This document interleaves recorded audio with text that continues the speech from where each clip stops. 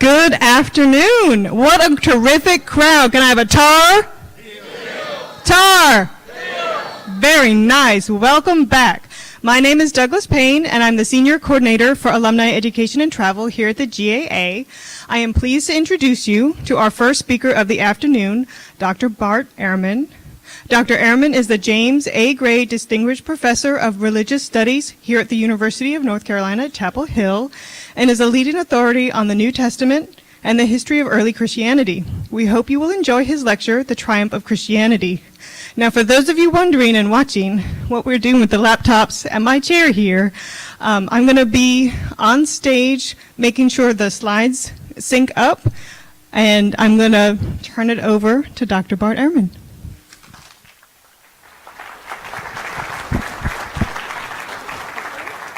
Oh, you need to click. Oh, I see. So I'm going to do it here. Okay, got it. Great. Hi. Hey. Nice to see you all. How are we? Good. Okay. Air conditioned. That's good. We skipped spring here in Chapel Hill. Just went right into it. So, anyone here take me for my New Testament class? Dr. Boyd, Dr. Boyd. I mean, the most beloved professor in the history of the university. It's, quite a legacy. Older than me. I've been here 30 years, so it doesn't quite seem possible, but it's true. So, but it's always great to talk to alumni. More interesting than talking to 19-year-olds. The thing about the 19-year-olds is they're fantastic. As you know, I mean, we get fantastic students here, and they just they're smart and they're interesting, and it's great. So this semester I was teaching a couple classes, which I typically do. This is the first time I haven't taught my New Testament class in the spring. I taught it in the fall instead, but normally in the spring semester I teach my large New Testament class, and it has anywhere between 250 and 350 students in it. And so it's a big class. I have a small army of graduate students who are my teaching assistants, and we teach this class, and it's always great to teach it. It fulfills a perspective in the requirement. A lot of students are taking it because it fulfills the general education requirement, a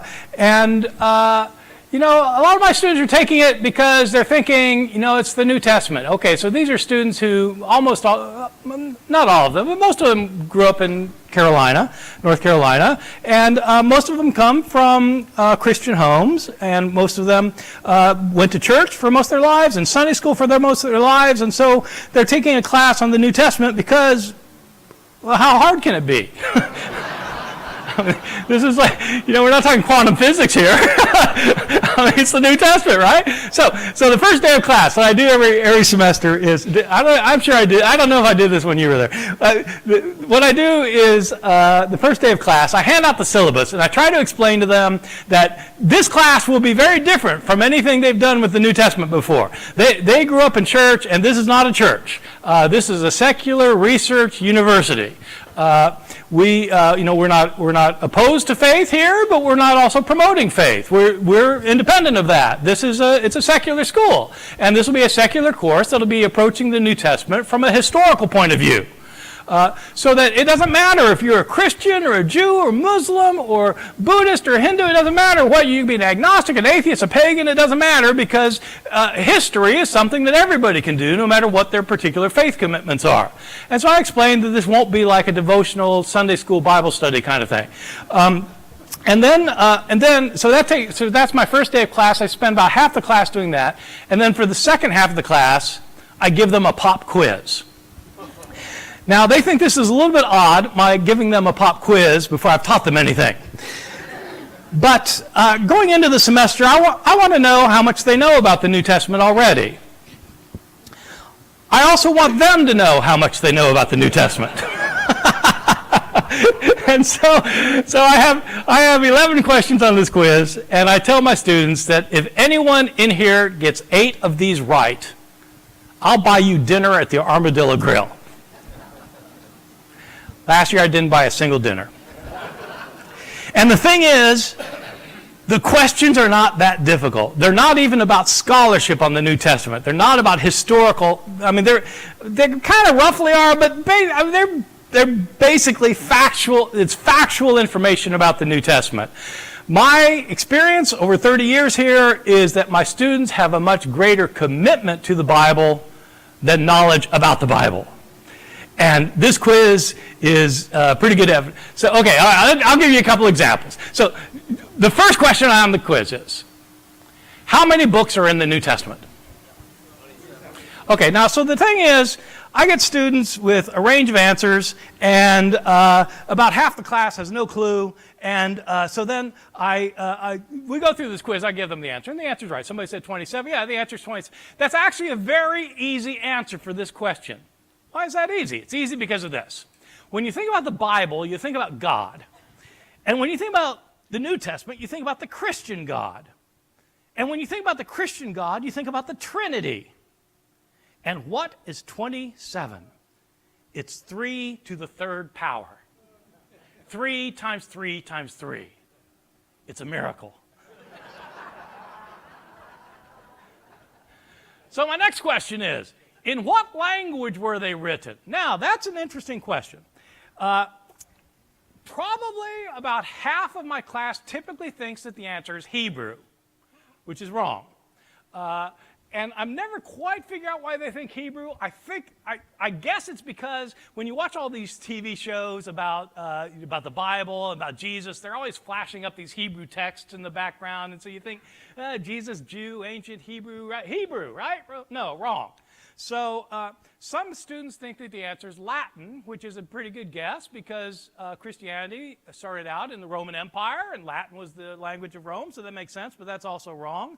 A few students guess Aramaic. That's a really good guess because Jesus' native language was Aramaic. That's the language he spoke, and so it would make sense that it was written, but that's wrong too. So most years, only 4 or 5 students think that the answer is English.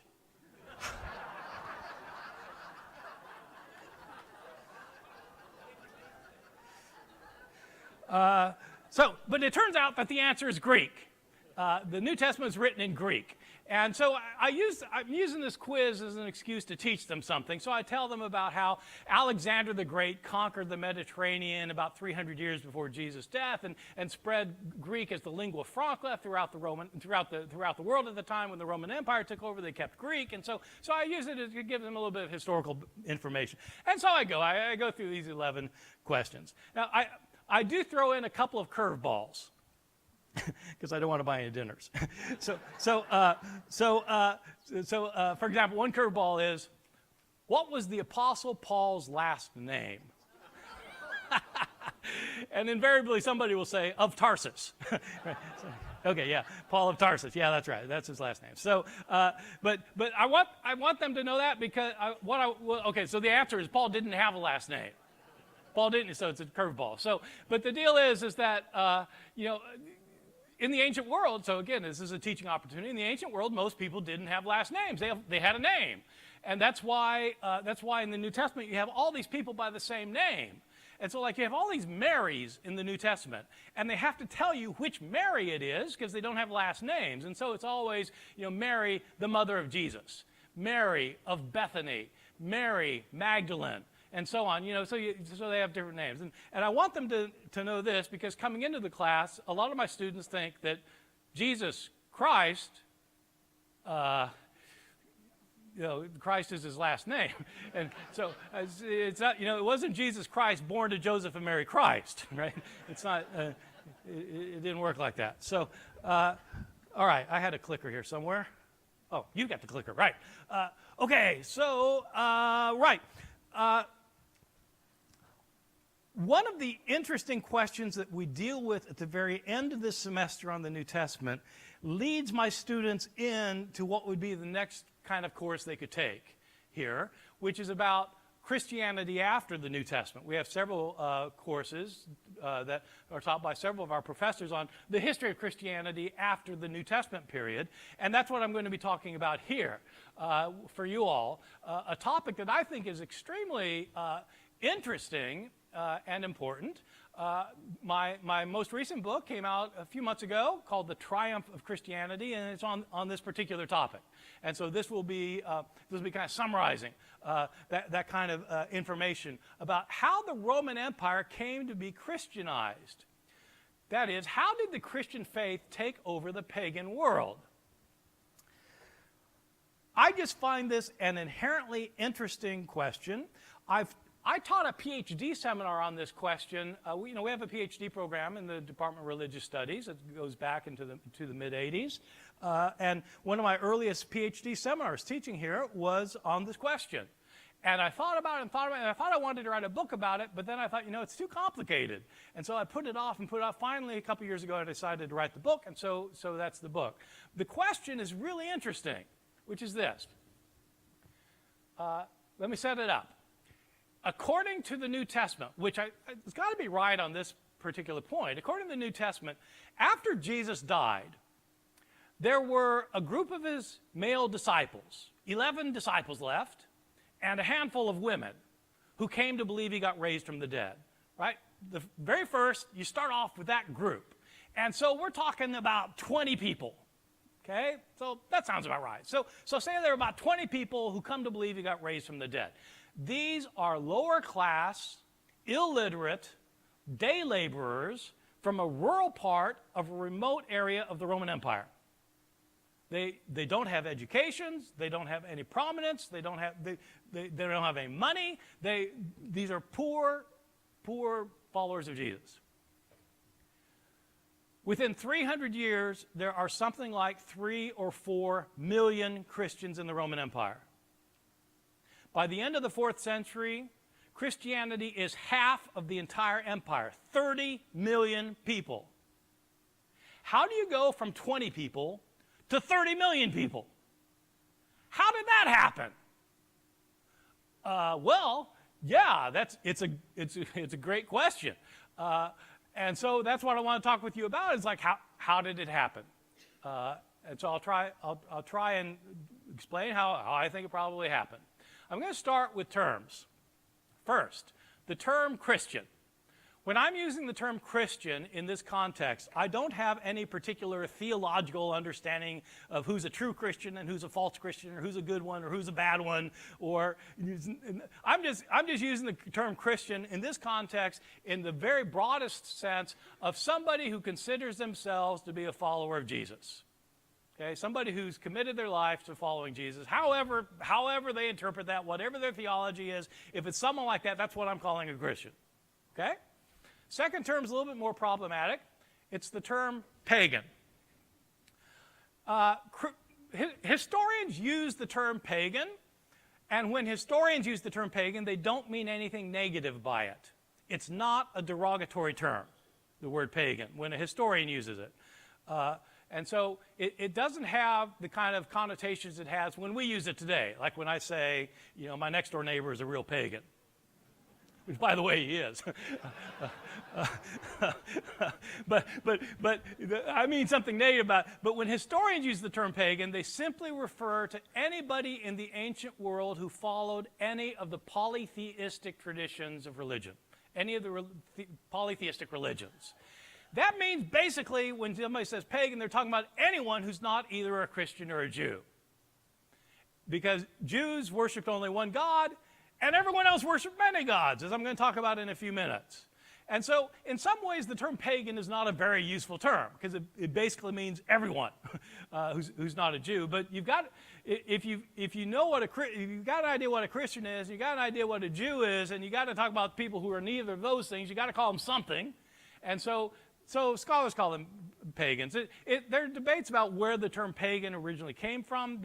The most common idea is that it came from a Latin word paganus, which means a country person. A country person. And the idea appears to be that as Christianity was taking over the Roman Empire, that mainly it started out as an urban phenomenon, that people were converting in cities. And so Christianity was thought as kind of the city, sophisticated religion, and the people weren't really getting on board yet were those country bumpkins, the pagani, the pagans. And so it may have been a derogatory term in the ancient world as well, but today scholars simply use it to refer to anyone who follows any of the Roman polytheistic religions or any ancient polytheistic religions. The term paganism is also used by scholars, and this is even more problematic in some ways because paganism makes it sound like there's a thing there. And what I'm going to be arguing in this lecture is that there wasn't a thing there. There were lots of things. There were thousands of religions. They had differences among them. They were different religions. And so in some ways it's not quite fair to lump them all together under paganism, but again, people use broad terms to refer to a lot of things. You can use the term religion to refer to something. That's about as broad as you can get. What is religion? We have entire semester-long classes trying to figure out what the term religion means. You might have a good idea, but I'm telling you, it's complicated. It turns out it's complicated. So we have big terms for things. Christian, the term Christian is a complicated term. Who counts in the modern world? Who do you count as a Christian? So paganism, when I'm referring to paganism, I'm referring to this whole range of things that is not Judaism or Christianity. So I want to talk about what those things are because the thesis, it's not a thesis, it's a fact. Most people who became followers of Jesus started out as pagans. Most Jews did not become followers of Jesus. Most Jews remained Jews. Some converted, probably not that many. Some converted, but eventually when Christianity is taken over the empire, it's because it's pagans coming in. Just in terms of demographics, what's usually thought is that in the Roman world, something between 5 and 7% were Jews. Something like 5 to 7% Jews, and the rest were pagans. Okay, so we're talking about 93 to 95% of the population. So when you convert the Roman Empire, you're mainly converting pagans. What are you converting them from?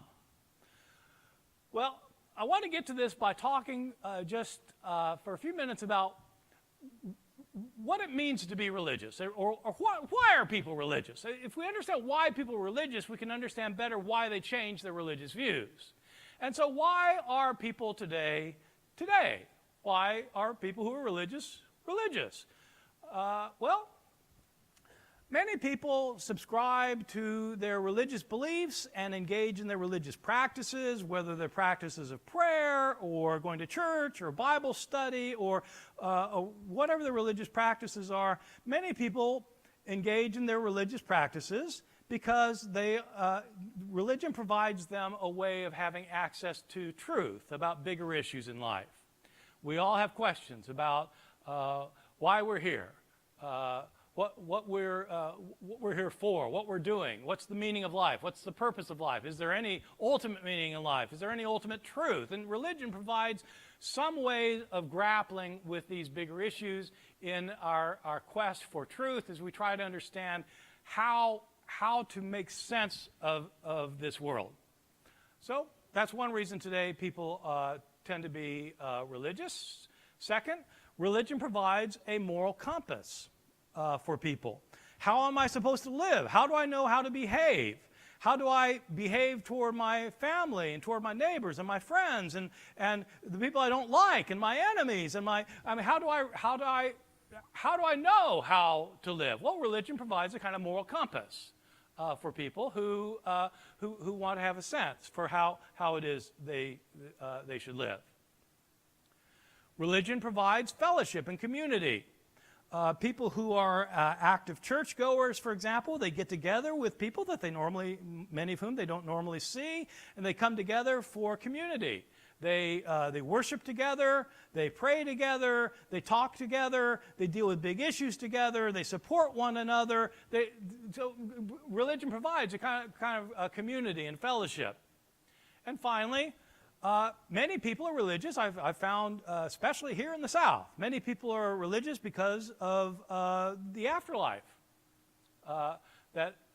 It's because people, you're going to die, and you want to go to heaven or hell. I would say that most of my students who are really religious are religious because of the afterlife, and they think, look, if there's no afterlife, there's no reason to be religious.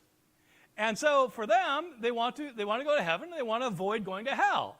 And so for them, religion is a kind of fire insurance. literally. And so that's why. And because if there's no afterlife, let's just have a frat party every night. Of course, they do anyway. But I mean, so it's all about the afterlife. Okay, so you could have your own list of reasons why you might think people are religious. You might have different reasons from these. I'm just throwing out a few things. What is striking to me is that when you talk about religion in the ancient world, none of those reasons appears to apply. Ancient people were not religious for any of those reasons. Really? Yeah, really, apparently.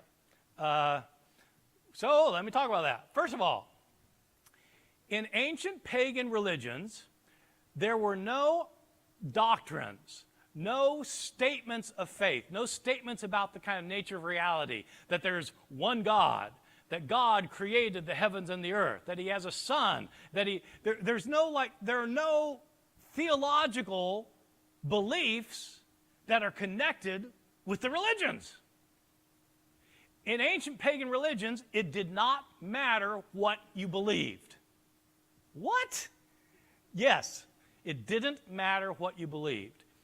Ancient religions were not about beliefs. There were no correct beliefs or incorrect beliefs. There was no heresy. There was no orthodoxy. It wasn't about what you thought about the divine realm. That wasn't what religion was about. Religion was about what you did.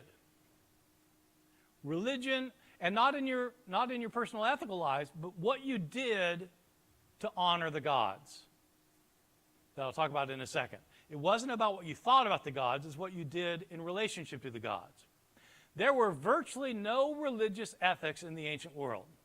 Religions were not about how to behave. The gods, for the most part, didn't care how you behaved. The gods wanted to be worshipped. And what you did in your private life was your problem. And so it didn't matter whether you cheated on your income tax or cheated on your spouse or cheated on your final exam. I mean, it didn't matter if you were a schmuck. It didn't matter if you were really a good person. That isn't what mattered in religion. Now, I'm not saying that pagans were not ethical.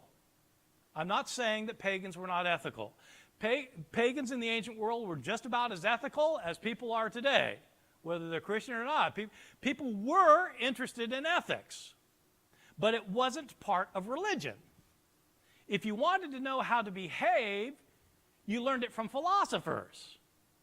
Philosophy would tell you how to behave.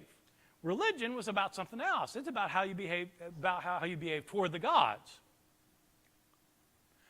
There were virtually no communities in ancient pagan religions. They didn't get together once a week and share their concerns and burdens and pray together and support one another. That wasn't part of ancient religions.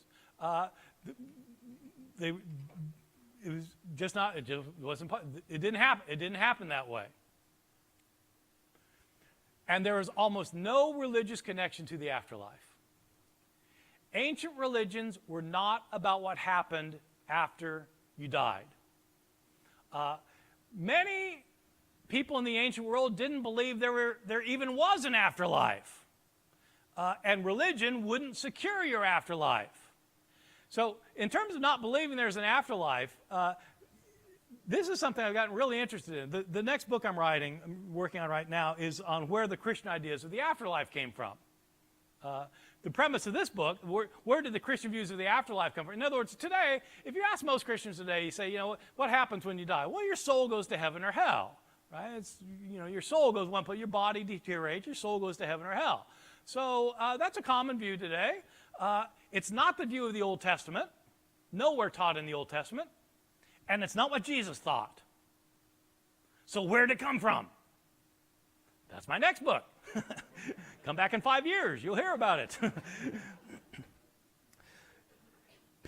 many pagans didn't believe there was an afterlife. There's a very interesting tombstone inscription that occurs a lot throughout the Roman world in Latin. So today, you go to a tombstone, sometimes you'll see a tombstone that says R.I.P., rest in peace, right? R.I.P.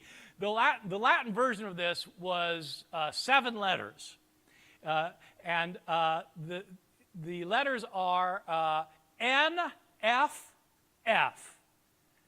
N.S.N.C. And they stand for the words that in English translation would be, I was not, I was. I am not, I care not. Whoa! So I didn't exist, then I came into existence, then I no longer exist, and it doesn't matter to me. I'm dead. So that was a common inscription in the ancient Roman world because religion wasn't a way of securing the afterlife. Well, hold on. Don't flip that slide. Let me see. Yeah, okay, yeah. Now flip this way. Yeah. All right. So if religion wasn't that, what was it? First, ancient pagan religions, as I've indicated already, were polytheistic rather than monotheistic. Ancient pagans believed in many gods, and they didn't all believe in the same gods. They believed in different gods. Some of them believed in some gods, some believed in others. Sometimes those groups overlapped, sometimes they didn't overlap.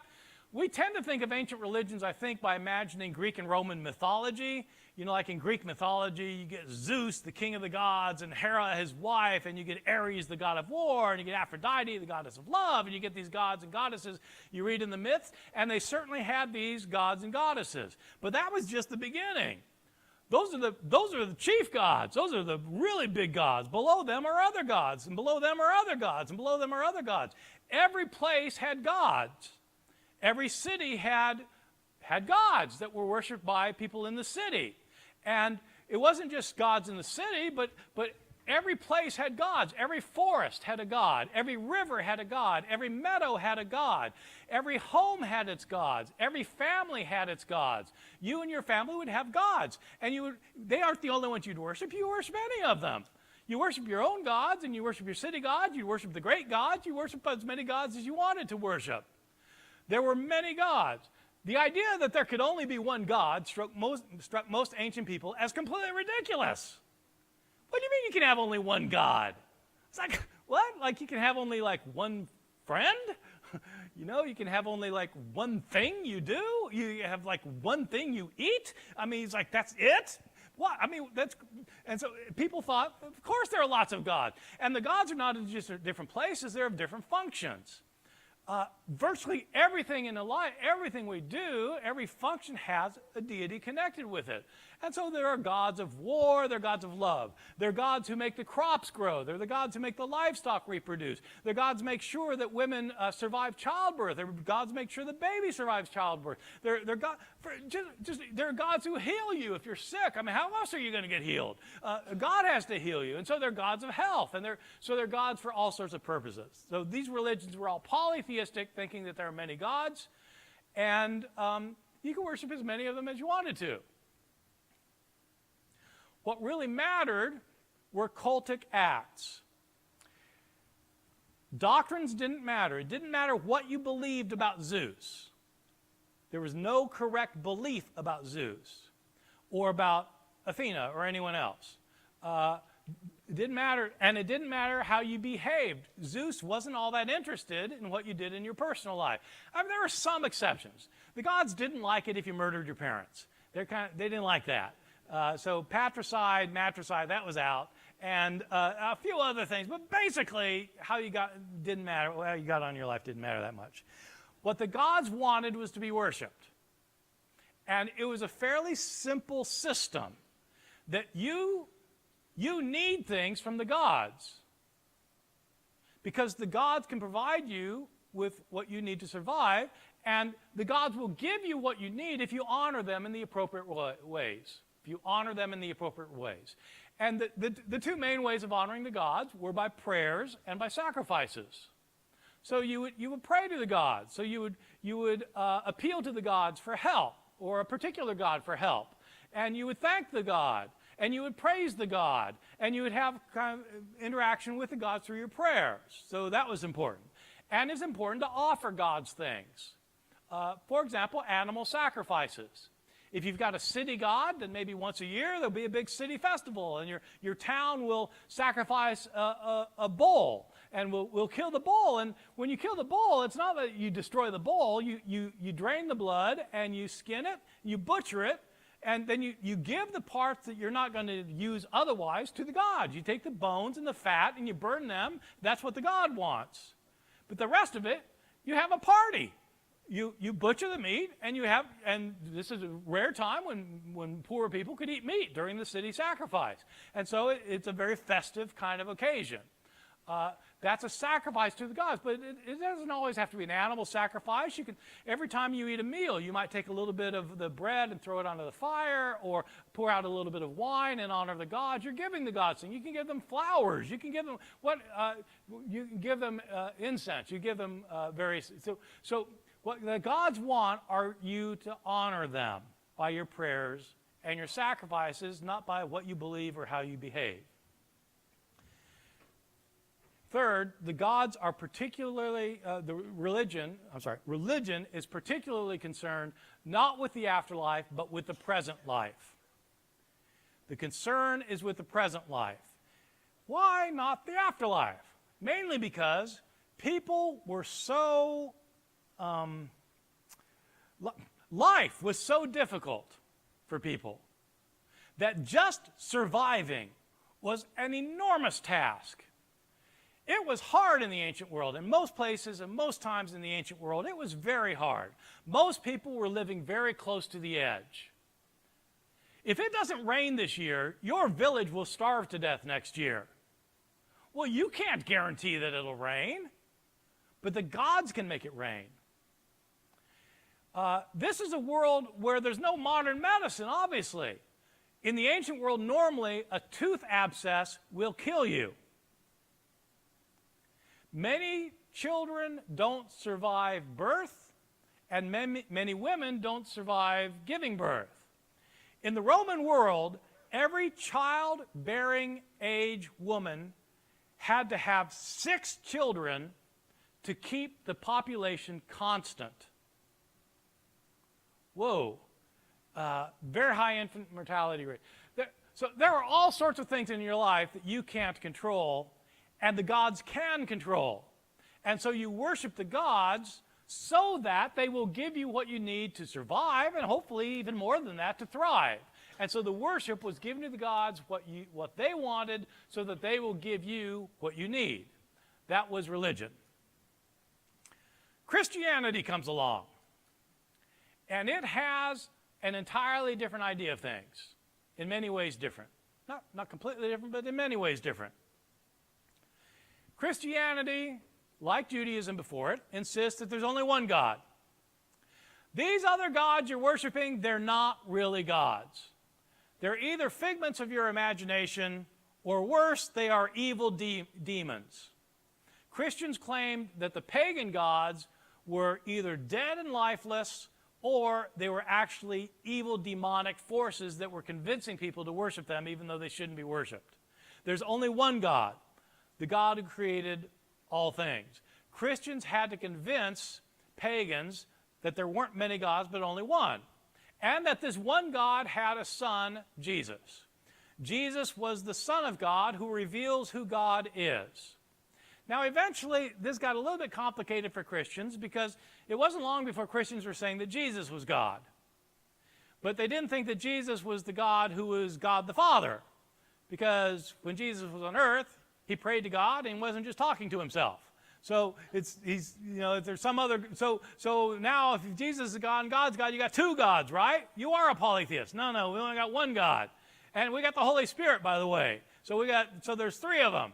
Okay, so you got 3 gods, right? No, we got one God. Well, you just said you had 3. Yeah, it's Father, Son, and Holy Spirit. Okay, so you got 3. No, we got 1. We got 3 beings who are one God. Now, by the way, if any of you can figure that out, you've misunderstood it. So it is. But Christians wanted to insist that this one God had a son, Jesus. Moreover, they wanted to insist that it is important to be right with this God, and it happens only by faith. There are no animal sacrifices in Christianity. There are prayers, but what really matters is that you have the right understanding of who this God is and that you believe in his Son. If you believe in the Son of God, you'll be right with God the Father. Faith, not cultic acts. Faith is what matters. And Christians proclaimed that having faith in this one God would lead to a very good afterlife. The idea of heaven and hell started developing in early Christianity. If you believe in God and trust his Son's death and resurrection for your sins, you will go to heaven forever and ever. And if you refuse, you will roast in hell forever and ever. Really? You mean like people don't believe in Christ? They're tortured forever? Yeah, they're tortured. Worse than you can imagine. Like for a year or two? No. For like as long as they live? No. For eternity. Trillions of years. It's just the beginning. And it's going to go on like that forever. Wow, okay. Christians started preaching the afterlife, and, in some ways, what they did is they created a need that they then solved, right? They convinced people that there was an afterlife, and then they told them how to avoid the torment, and it turned out to be effective. People believed it. People still do believe it. But it was a new idea. That if you don't believe the right things, you're going to pay an eternal price. This is like unheard of in the ancient world. Christians said it, and they got converts.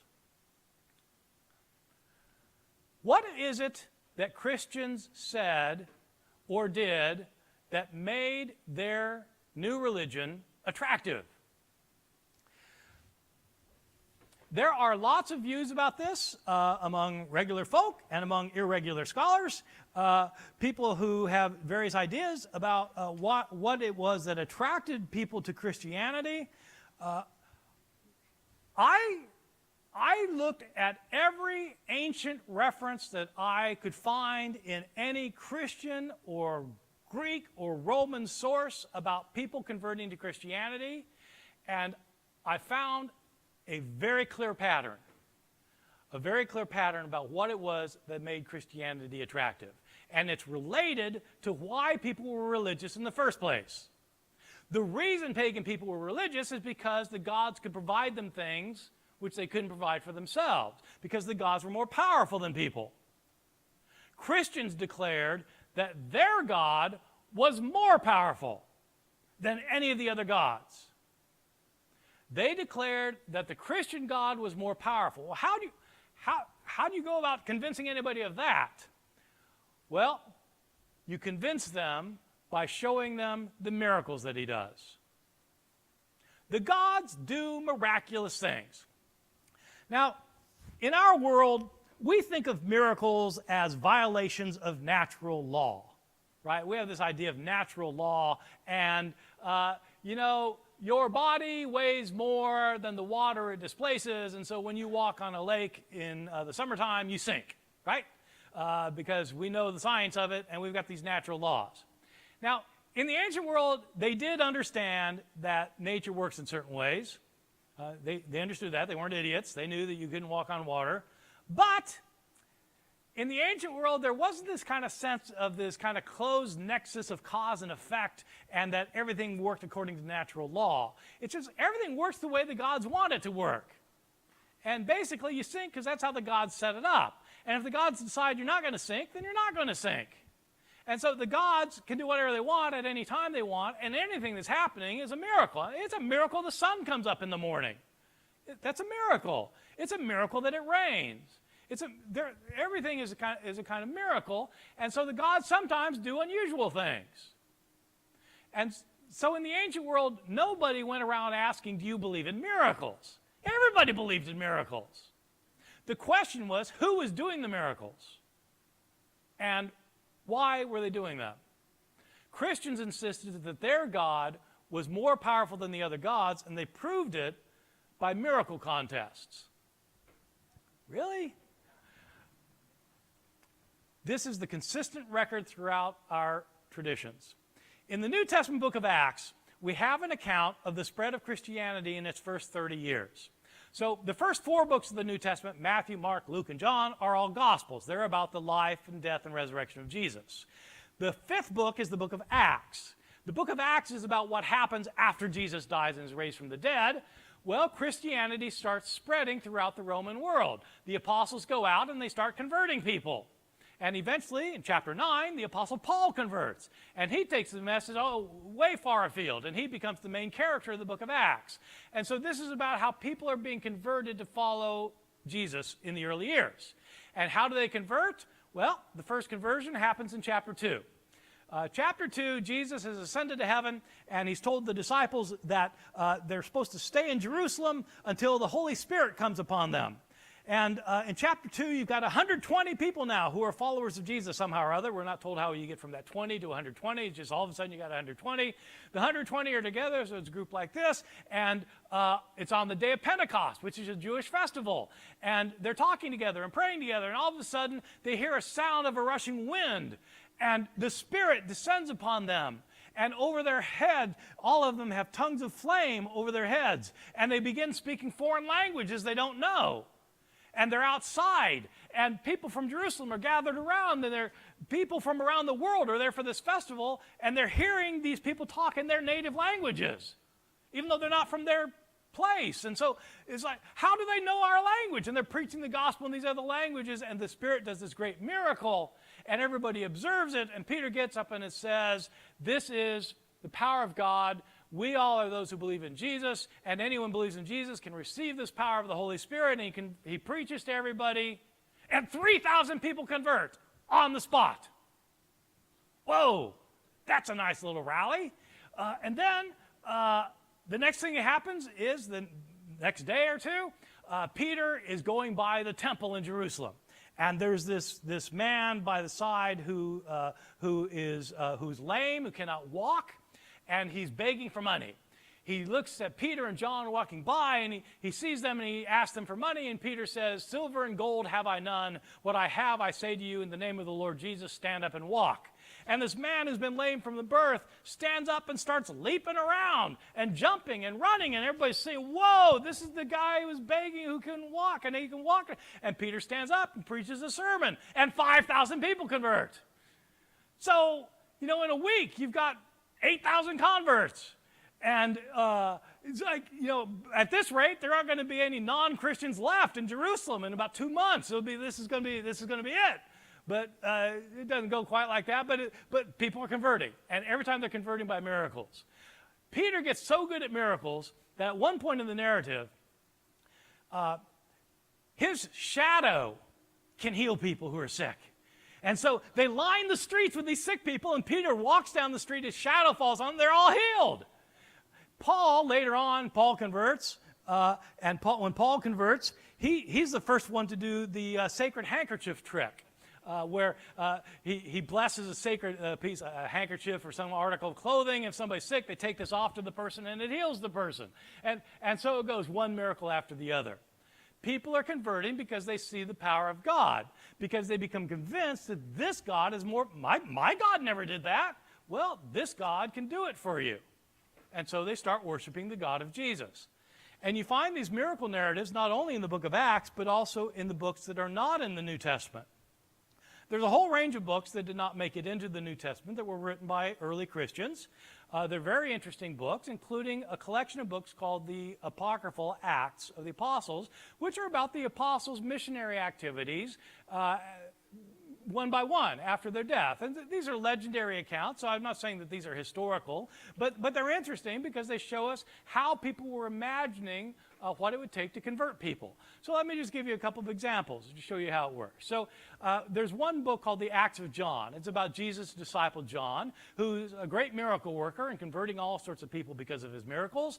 John goes to the city of Ephesus, big city, and the city god of Ephesus is Artemis, the Greek goddess Artemis. John goes into the temple of Artemis, and there's a large crowd there, and he goes up onto a platform, and in front of everybody, he offers a challenge. He challenges the worship of Artemis to a contest. The contest is, he says, you pray to Artemis to strike me dead. And if she doesn't do it, I'll pray to my God to strike you dead. And they say, no, because they've seen him raise people from the dead, and they know his God means business. No, John, don't do it. And so John calls out the demon of the place and sends it out. And the idols, the statues of the goddess in the temple, all crumble to dust. Half of the roof of the temple falls in and conveniently falls on the head of the priest of Artemis and kills him. And everybody sees this and they cry out, we are now converted. Now we believe in the God of John. And so it goes. And then, as these stories go, of course, it all turns out good. John raises this priest from the dead, and the priest then becomes a Christian, and so the whole city converts. So it's all because of miracle. Again, I'm not saying this happened. I'm saying that this is how Christians understand people converting, because they hear about miracles. Sometimes the miracles are rather humorous. There's an episode in the Acts of Peter, an account of Peter going to Rome and converting people. And Peter, in one episode, Peter is by a body of water. He's a fisherman, so he's always hanging out by these bodies of water.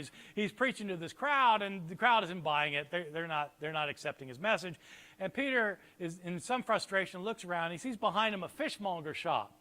And in the window of the fishmonger shop, there's a big smoked tuna hanging on a hook. And Peter turns to the crowd and says, if I can make this tuna come back to life, will you believe me then? Oh, yes, Peter, then we will believe that Jesus is the Son of God.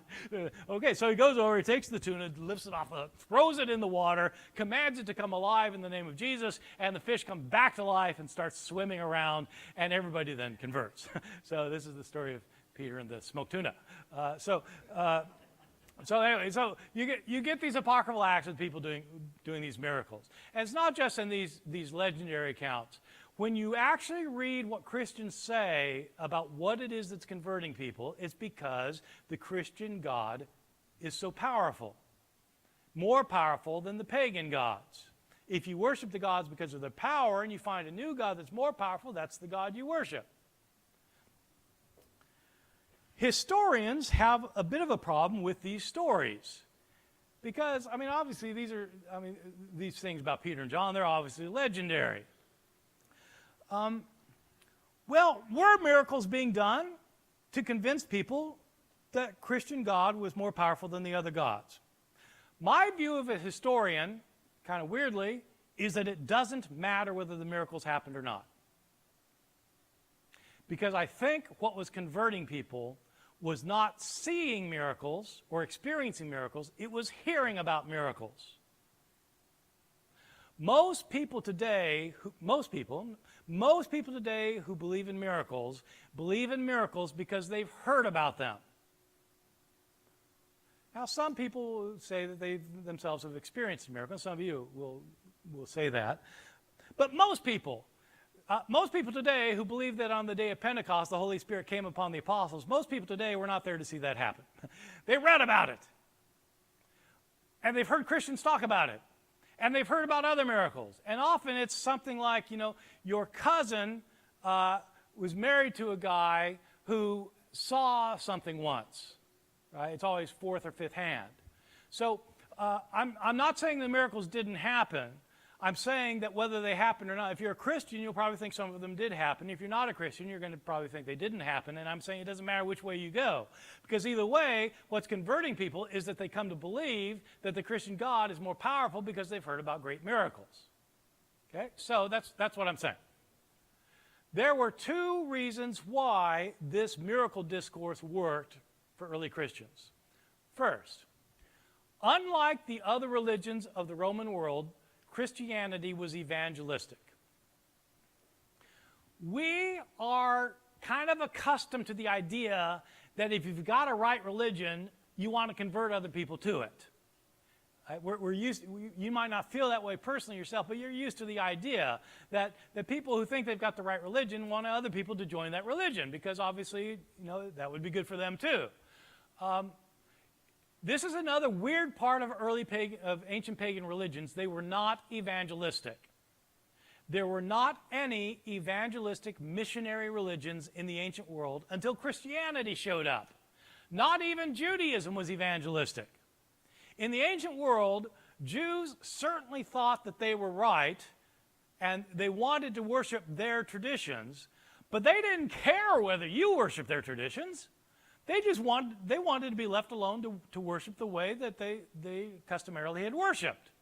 They weren't out trying to make converts. And in paganism, there was no reason to try and make converts.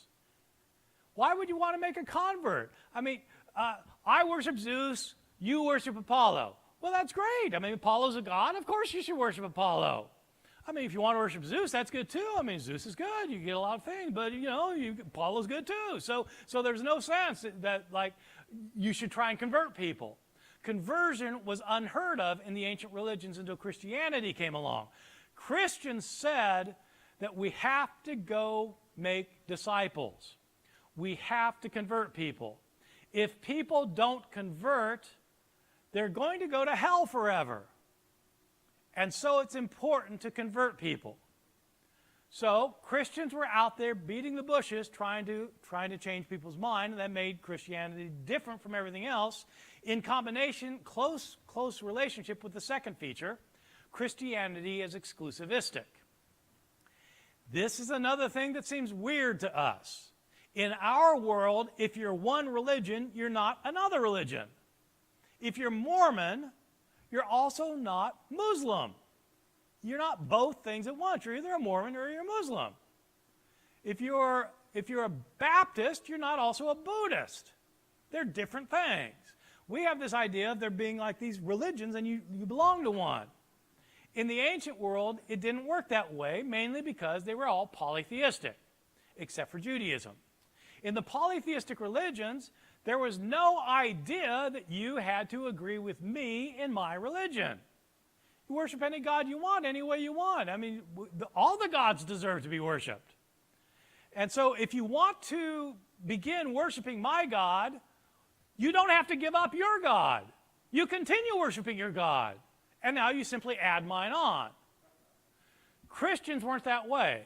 Christians said, if you worship our God, you have to give up all the others. They were exclusive. And what I think is that this exclusivity is what led to the triumph of Christianity. The reason it led to the triumph of Christianity is because it was the only exclusive religion in town. Now, Jews were exclusive. The Jews said, we're not going to worship the other gods. But the Jews didn't care whether they weren't out trying to convert you or anything. If you did decide to convert, they made it a little bit hard for you to convert. But if you just insisted on it, they would let you convert. That'd be fine. But they aren't trying to. Christians are out winning converts, and they're saying if you convert to our God, you can't worship any of the others. And they're the only religion doing this. So let me explain why this leads to the triumph of Christianity. Suppose there are two of us here who are trying to convince you of the virtues of our God. And so there's a fellow here who's a representative of Apollo, and none of you worship Apollo. You worship Zeus and Athena and Artemis, but you don't worship Apollo. And I'm here to represent the God of Jesus, and none of you worship the God of Jesus. Okay, so you're all pagans, and none of you worship either Apollo or Jesus. And suppose this guy and I come up, and we try to convince you of the virtues of our God. And suppose the two of us are equally successful. Okay, suppose we are equally successful. He convinces half of you, and I convince half of you. And let's say there are 100 of you. Okay, there are 100 of you, and now half of you are convinced by the Apollo guy, half are convinced by the Jesus guy. If that happens, then paganism loses 50 people and gains no one. Christianity gains 50 and loses no one. See the math? Because you're already pagans, if you start worshiping Apollo now, you've just added him on. So paganism doesn't gain any of you. It loses half of you and gains no one. Christianity gains half of you and loses no one, which means that Christianity is destroying the other religions in its wake. All the other religions. And it goes on like that for year after year after year. Now, you would never have a context where somebody like, trying to convince you to worship Apollo and someone else trying to convince you. You wouldn't have that kind of thing. I'm just using it as an illustration. What's happening is Christians are talking to other people. You're a businessman in Ephesus, and somebody comes to town, and you spend a couple months, a business associate has to be in town for a couple months. He tells you about his newfound faith in Jesus. He tells you about all the miracles that he's seen, and he knows somebody who knew somebody who saw Jesus raised from the dead, and you hear all this, and after a couple months, you think, I think he's right.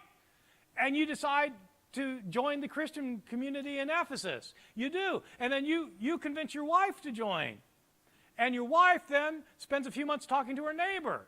And then her neighbor joins, and the neighbor convinces her husband, and then the husband joins. And it goes like that, and every time you get a convert, you're taking them away from paganism. So as Christianity grows, the others shrink, and over centuries, that matters. You might think that what you would need for Christianity to go from 20 people to 30 million people is you'd need some massive Billy Graham type rallies, right, with thousands of people coming forward at one time. This is interesting.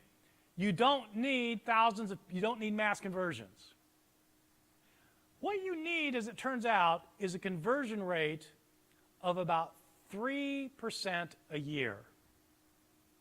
About 3% a year. From the year 30, when Jesus died, to, say, the year 330, when the Emperor Constantine was the emperor, those 300 years, you need a growth rate of about 3%. In other words, if you got 100 of us, you got 100 of you, the 100 of you this year need to convert 3 people total. And the thing is, in the ancient world, the head of a household, the pater familias, determined the religion of the family. If you convert one adult man, then you've converted his family. His wife, say his 2 kids, that's 4 converts. You've just converted 1, yeah, but you get 4, because he makes sure the kids come to church, and you say, well, yeah, they don't really believe. Well, they will after a few years of doing it. They've joined the church now, and they're not worshiping the other gods. The 100 of you need to convert 1 adult man, and you need to do that for that rate for about 300 years, and now you got 30 million people. So in my book, I actually crunch the numbers and show how it actually works. All right, so the miraculous growth of Christianity was not necessarily miraculous. It's completely believable. The first person to come up with the idea that you needed this kind of steady growth rate was a guy who's a scholar of Mormonism.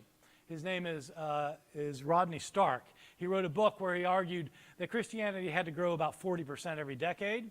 And he was really interested in this because when he wrote his book in the mid-90s, Mormonism had grown by about 40% a decade from its beginning to the mid-90s.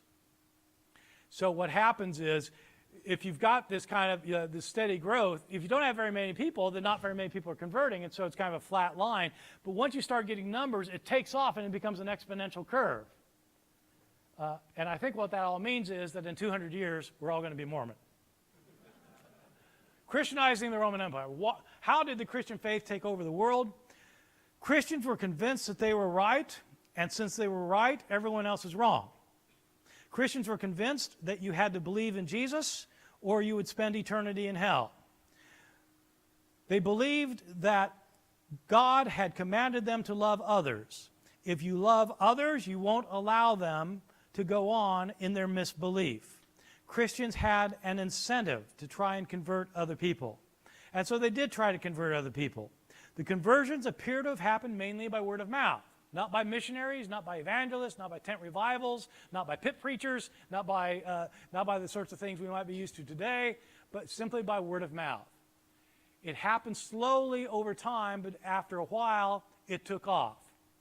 The reason Christianity succeeded was not simply because the Roman emperor eventually converted, the Roman Emperor Constantine in the early 4th century. It converted because people were convinced that they had the true faith and that other people had to join. And after 300 years, Christianity started taking over the Roman world. Thank you very much.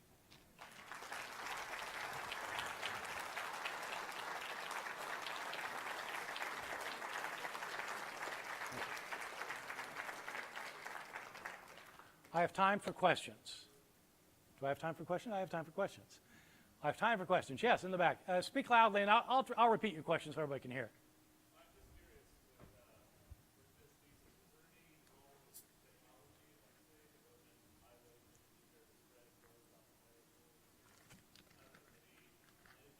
Yeah. So were there other kind of ancient technologies that might have helped, or developments, social developments and kind of thing that would have helped the spread? And the answer, I think, is absolutely yes. The Roman Empire is significant for a lot of reasons for the spread of early Christianity. One is because the Romans, the empire was a massive empire, right? It went all the way from Spain to Syria. And covered all of North Africa and what we now think of as Southern Europe and all the areas around the Mediterranean.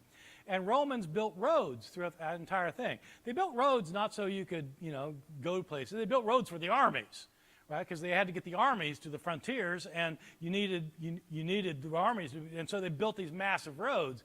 And the Roman roads were amazing, by the way. A lot of you have been to Europe. You can still see these Roman roads. I mean, they're not like roads in Chapel Hill. You got to repair every winter. It's these are massive roads, and so it made travel easier. The empire was basically safe internally, and so they worked hard to get rid of bandits on the roads and pirates on the sea. There was a common coinage throughout the empire, so you didn't have to have a foreign currency exchange, kind of like the euro in Europe now. You don't need to change money every time you go from Italy to France. And people throughout the empire, educated people could speak Greek. And so you could communicate wherever you went. Just like today, if you're in France or in Germany or Belgium, you speak English. Educated people know English. Well, back then they knew Greek. And so, yeah, these are all things that did facilitate it. Of course, those things would have worked for any of the other religions as well. But the other religions weren't evangelistic and they weren't exclusivistic. And so, it didn't really matter for them. Yeah. Yes? How much did the afterlife aspect influence the conversion? We don't actually know, because there are always a number of factors that feed into it. But the Christians definitely proclaimed the afterlife and used it as a threat. So that some of the earliest places you see this are actually in the early stories about the Christian martyrs. So the Christian martyrs, I think people have this kind of misconception that Christians were illegal and had to go into hiding and stay down in the catacombs and identified each other by the sign of the fish, and these things you get from Hollywood movies, and none of that's probably right. Most of the time it was perfectly fine to be a Christian. Every now and then it was bad, and sometimes it was very bad indeed. And in some of those cases where it was very bad indeed, there were Christians who were treated like criminals and sent to fight wild beasts and things. In these narratives, we actually have stories of these martyrs going to face the wild beast in a few places. And it's kind of interesting, because what these martyrs typically say is, you're torturing us for a day, you're going to be tortured forever. So us now, you then. And some of these martyr tales may well have influenced people. The beliefs in the afterlife, in a sense, are beliefs that are rooted, again, in the power of God. Right? In other words, it's not just that God can provide rain or that he can heal you. It's that he can provide you a happy afterlife, and if you reject his call, then you can suffer forever. So we don't know how often that's the appeal, but we don't know if that's the thing that actually put people over the edge most of the time, but it's certainly one of the factors. Yes?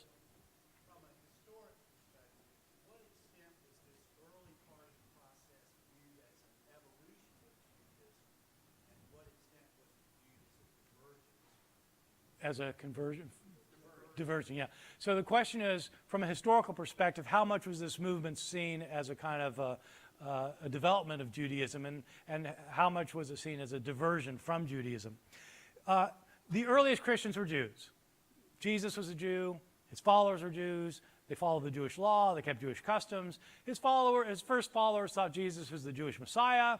He sent from the Jewish God to the Jewish people in fulfillment of the Jewish scriptures. The earliest Christians say if you're going to be a follower of Jesus, you got to be a Jew. Right? This is Judaism. This is right. This is true Judaism. One of the things I argue in my book is that it was the Apostle Paul who probably was the first who saw in a big way that, in fact, faith in Jesus was not contingent on adherence to Judaism. What Paul came to think was that Jesus' death and resurrection makes a person right with God, and the Jewish law does not make a person right with God. Okay, this is how Paul was thinking. Paul himself was a follower of the Jewish law, an avid follower of the Jewish law before he came to believe in Jesus. And he apparently had some kind of vision of Jesus, and at least he was convinced he had a vision of Jesus, and that convinced him that God had raised Jesus from the dead because he saw Jesus alive. So, well, he was dead, now he's alive, and so God raised him from the dead. If God raised him from the dead, then his death must have been according to God's plan. Well, why would God want him to die if he's one God's favoring? Well, God must have planned him to die. Why would God? He was like a sacrifice. Christ is a sacrifice for sin. And so it's Christ's sacrifice that makes a person right with God, not anything else, which means not the Jewish law. So Paul's reasoning through this and realizing that means the Jewish law isn't what matters for salvation, only Christ's death. But if the Jewish law doesn't matter, then it doesn't matter if you follow the Jewish law. And so Paul then became convinced that he had been called to take the message to the non-Jews, to the Gentiles. And that's what Paul does. He spends 30 years of his life converting Gentiles to belief in Jesus and telling them they don't have to be Jewish. And so that's the innovation. It's not that Gentiles could believe, but that they could believe without being Jewish. And that's what took off. Without that, if that hadn't happened, if that move hadn't happened, then Christianity would have remained a sect within Judaism, and it would have had the historical significance of the Sadducees, who are, important to historians, but it's not like you sit around thinking about the Sadducees all the time, right? So, yeah. Yes? Sounds like the early spread of Christianity was basically oral communication. Yes. At what point, if any, did the scriptures, which were later assembled as the Bible, add momentum Yeah. to the spread? Yeah, great question. So the question was, it sounds like the Christianity is spreading mainly by word of mouth, and the question is, at what point did the scriptures, what became the New Testament, contribute to the spread of Christianity? My view is that in the first 400 years of Christianity, written texts had almost no role at all in the spread of Christianity. That the written texts were valuable within the Christian communities to teach them better what to believe and how to behave, but that they were not used as missionary tools. When outsiders ever talk about the Christian scriptures, so like Roman pagans, whenever a Roman pagan intellectual reads the Christian scriptures and talks about them, they almost always make fun of them for being such low-level literature. Because they're not, by standards of literary excellence, they're actually, they're not that great. And so they weren't ever seen as a conversion tool. Most people, of course, in the ancient world couldn't read, and so this is another reason. In the Roman Empire, probably about 10% of the population was literate. Maybe 1 out of 10 people could read. And so it doesn't mean that books weren't important, but the reason books were important is not because people were sitting down silently reading them, but because they might hear them read. But it doesn't look like Christian books were being read to outsiders to try and convert them. It was almost all word of mouth. Yes? To what extent, when the Christians went out and they crossed class lines, and even crossed lines between free and slave, and to some extent between men and women, how did that play in? Yeah. Because that was different. Yeah. How did the crossing of social lines affect the spread of Christianity? Because in the Christian church, they're declaring that in Christ, slave and free are equals. The master doesn't have a better salvation than the slave has. They have an equal salvation. Men and women are equally saved. There's not one. And so there's a kind of equality, a kind of egalitarianism within the Christian communities, which seems unlike the rest of the world. And how does that work? So my sense, this is a disputed point among scholars, but my own view is that this egalitarian emphasis of Christianity was important internally within the communities, but it probably did not bring people into the communities. But it is true that Christians were declaring a kind of message that was somewhat at odds with society at large. Society at large in the ancient world, just about all ancient societies, operated with an ideology of dominance. The common sense was that the person who is more powerful is supposed to dominate the person who's weaker. And so there was no ethical problem in most of antiquity. If you're a more powerful city than your neighbor, there was no ethical problem with going in and destroying them. I mean, you're more powerful. Of course you should be able to destroy them and enslave them and kill them, and because you're more powerful. Everybody understood that masters were to have slaves, and slaves were to be subservient to masters, and men were to dominate their women. Men are stronger. Of course they're supposed to dominate the women. And so this was an unquestioned ideology.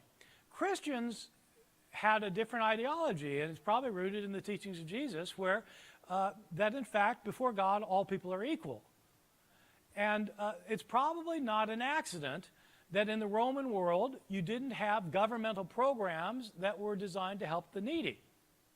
You know, you didn't have welfare systems. You didn't have government-supported groups, you know, taking care of those who were hungry or homeless, or you didn't have hospitals, you know, because it's like, you know, that's not where the powerful government is supposed to assert power. And so it's not clear if that attracted people into the movement or not. You might think that it might, but you know, it seems like it should. But the testimonies about why people were attracted never talk about that. And so probably my guess is that that kind of egalitarian thing was a very strong cohesion within the community, but it's probably not what brought people into the community. Yes?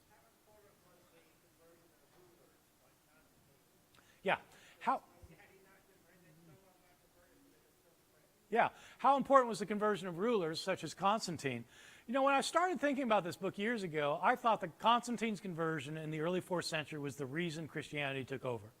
You know, that's what most people think. It's what I thought. And as I did my work on the book, I realized I'm probably wrong about that. And the reason I'm wrong about that, I think I was wrong about that, is because, I mean, it's absolutely true. Constantine converted. My first chapter of my book is about the conversion of Constantine. So it happened in the year 312. Constantine was the Roman emperor, and he converted to Christianity while Christianity was suffering the worst persecution it had ever experienced. But he converted, and he became a Christian, and after that, of course, it became acceptable to be a Christian and widespread to be a Christian, so it seems like that's what made it take off. But what I realized is that if you just do the statistical analysis and crunch the numbers, Christianity was taking off at a rate that unless something drastic had happened, it was going to take over anyway, at the rate it was going. It did. In fact, after Constantine's conversion, the rate of growth actually slowed.